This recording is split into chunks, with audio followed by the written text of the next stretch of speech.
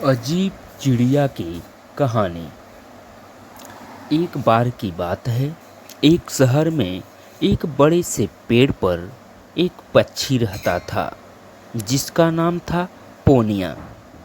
यह बहुत ही सुंदर और सफ़ेद रंग का था।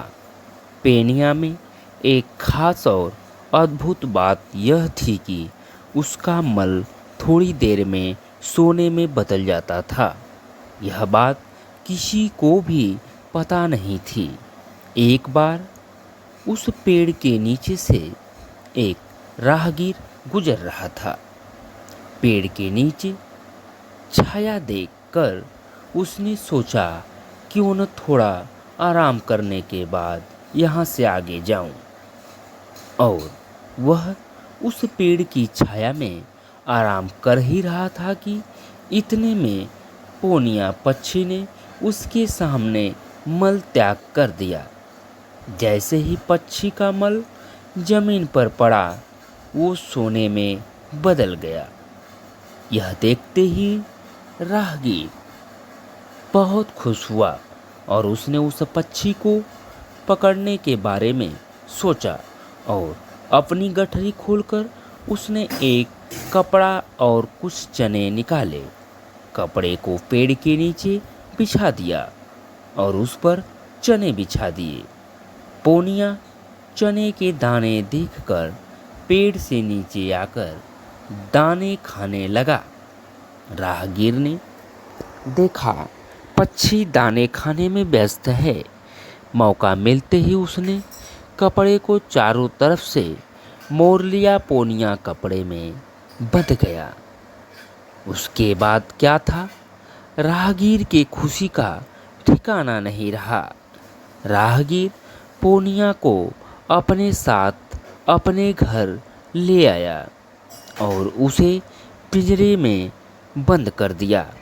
हर रोज वह पक्षी का मल इकट्ठा करता और बाजार में बेच आता।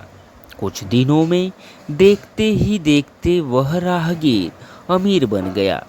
एक दिन राहगीर के मन में चिंता सताने लगी कि अगर राजा को इस बारे में पता चला तो वह पक्षी को अपने पास तो रख ही लेंगे, पर मुझे सजा भी देंगे। यह सोचकर डर के मारे राजा के दरबार में जाकर उसने सारी बात बताई। राजा ने आदेश दिया कि उस पक्षी को प्यार से अपने बगीचे के सबसे सुंदर पिंजरे में रखा जाए और उसे अच्छे से खाना खिलाया जाए।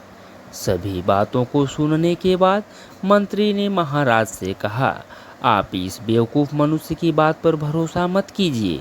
महाराज, कहीं मल भी सोने में बदल सकता है? यह मनुष्य का दिमाग तो नहीं खराब है? कभी ऐसा होता है क्या?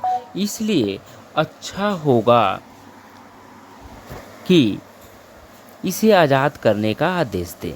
मंत्री जी की बात सुनकर महाराजा ने चिड़िया को आज़ाद करने का आदेश दिया। पोनिया जाने का बात सुनते ही राजा के दरवाजे पर सोने का मल त्याग करके वहां से उड़ गई। यह देखते ही राजा ने सिपाहियों को उसे पकड़ने का आदेश दिया, लेकिन तब तक वो पक्षी उड़ चुका था। तो ये रहा पोनिया पक्षी की कहानी। कहानी पसंद आई हो तो कृपया चैनल को सब्सक्राइब करें, लाइक करें, शेयर करें। बहुत बहुत आभार, बहुत बहुत धन्यवाद। Thank you.